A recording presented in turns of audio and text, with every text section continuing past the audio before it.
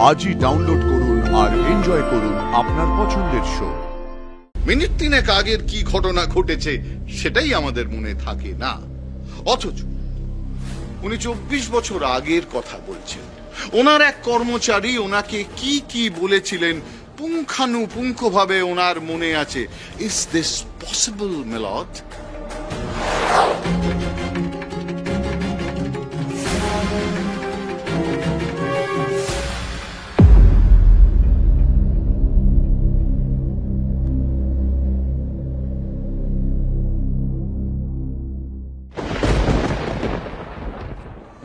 শোনো, কোর্টে কোনো রকম সিন ক্রিয়েট করবে না, কিন্তু এখানে নো মাথা গরম। কোর্ট যেন কোনোভাবে আমাদের বিরুদ্ধে না যায়, কন্টেম্প্ট অফ কোর্ট, বোঝো? সেটা যেন না হয় কোনোভাবে। চলো।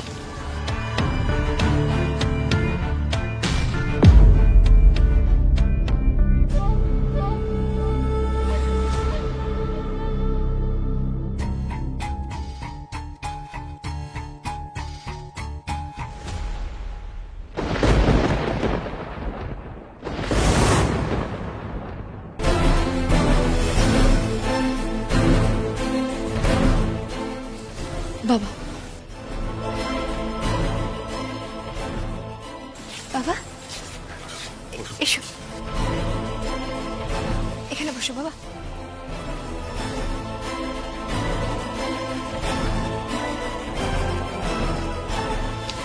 দাদা, তুমি কিন্তু একদম মাথা ঠান্ডা করে রাখবে, হ্যাঁ?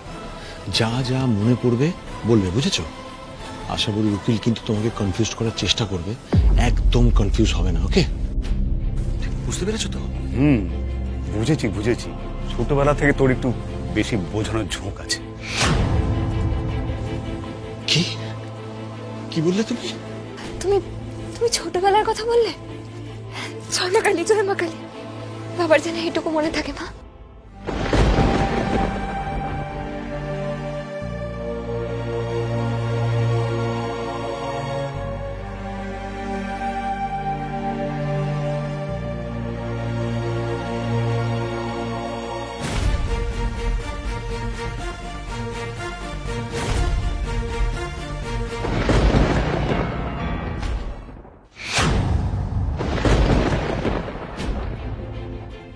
ফুলকি দাস বনাম আশাবরী চৌধুরীর মামলার শুনানি শুরু।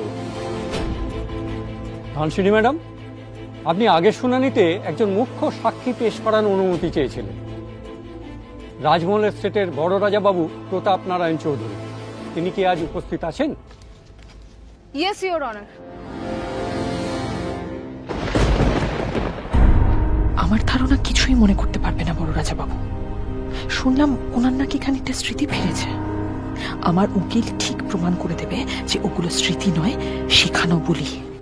ইওর অনার, আমি আমার প্রধান সাক্ষী শ্রী প্রতাপ নারায়ণ চৌধুরীকে উইটনেস বক্সে ডাকার অনুমতি চাইছি। অনুমতি দেওয়া হল। Thank you.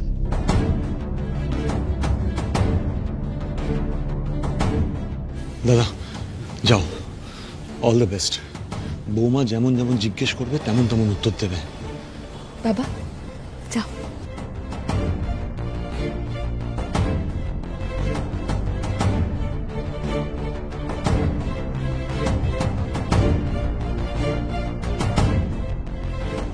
বলুন।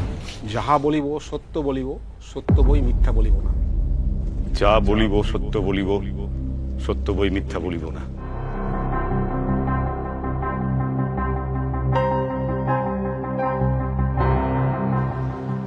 আপনার নাম? প্রতাপ, প্রতাপ নারায়ণ চৌধুরী। একটু আগেই তো সবাই বললো আমার নামটা। হ্যাঁ, তা বললাম।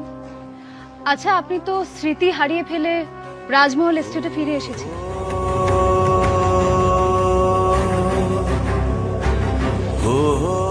সম্প্রতি কোর্টে আসার সময় আপনার আবার একটা অ্যাক্সিডেন্ট হয়। আপনি জ্ঞান হারান। তা জ্ঞান ফেরার পর পুরনো কথা মনে পড়েছে তো আপনার?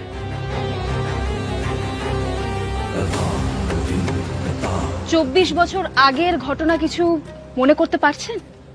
খানিকটা।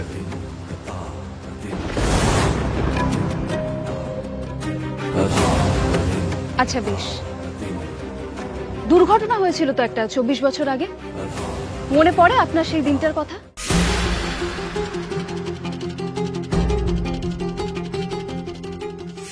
আপনি কার সঙ্গে গাড়িতে ছিলেন, মনে পড়ছে কিছু দুর্ঘটনার আগে?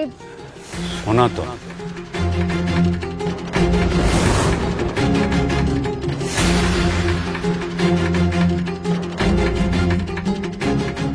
সনাতনের সঙ্গে রাজমহলের বাইরে যাচ্ছিলাম, গাড়িতে যেতে যেতে সনাতন বলল বলল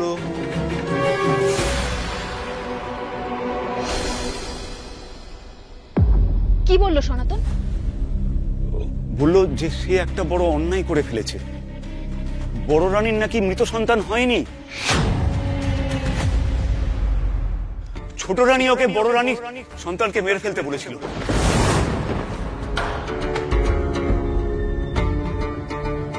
টাকা দিয়েছিল। Objection your honour, objection. স্মৃতি ছিল না এই ভদ্রলোকের, 24 বছর পর স্মৃতি ফিরে এলো, একেবারে ছবির মতো সবকিছু মনে পড়ে গেল। সংলাপ। কি আশ্চর্য কথা স্যার, স্মৃতি ফিরে এলে তো একটা মানুষের পুরনো সব কথা ক্লিয়ারলি মনে পড়তেই পারে। ওকে ওকে ওকে ওকে ওকে ম্যাম।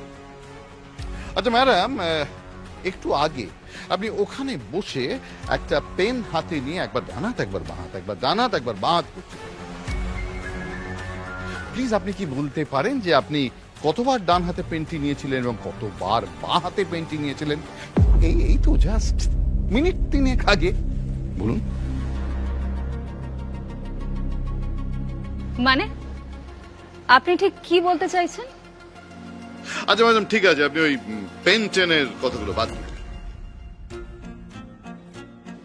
আপনি আমাকে বলুন তো যে আজকে সকালবেলা আপনি কার কার সঙ্গে কি কি কথা বলেছিলেন, সেগুলো কি আপনি মহামান্য আদালতের কাছে বলতে পারবেন? আপনি কি বলতে চাইছেন কি অ্যাডভোকেট চক্রবর্তী? ইওর অনার, আমরা সকালে কার সঙ্গে কি কথা বলেছি সেটাই স্পষ্টভাবে মনে থাকে না, ভিভিডলি মনে পড়ে না। ইনফ্যাক্ট মিনিট 3 আগের কি ঘটনা ঘটেছে সেটাই আমাদের মনে থাকে না। অথচ উনি 24 বছর আগের কথা বলছেন, ওনার এক কর্মচারী ওনাকে কি কি বলেছিলেন পুঙ্খানুপুঙ্খভাবে ওনার মনে আছে। Is this possible মিলড?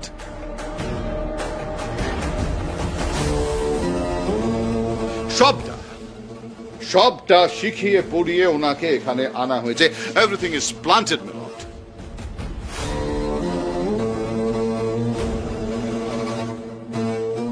সনাতনের ডায়েরিটা যেরকম ভুয়ো ছিল, ওনার স্টেটমেন্টটাও সেই রকমই ভুয়ো।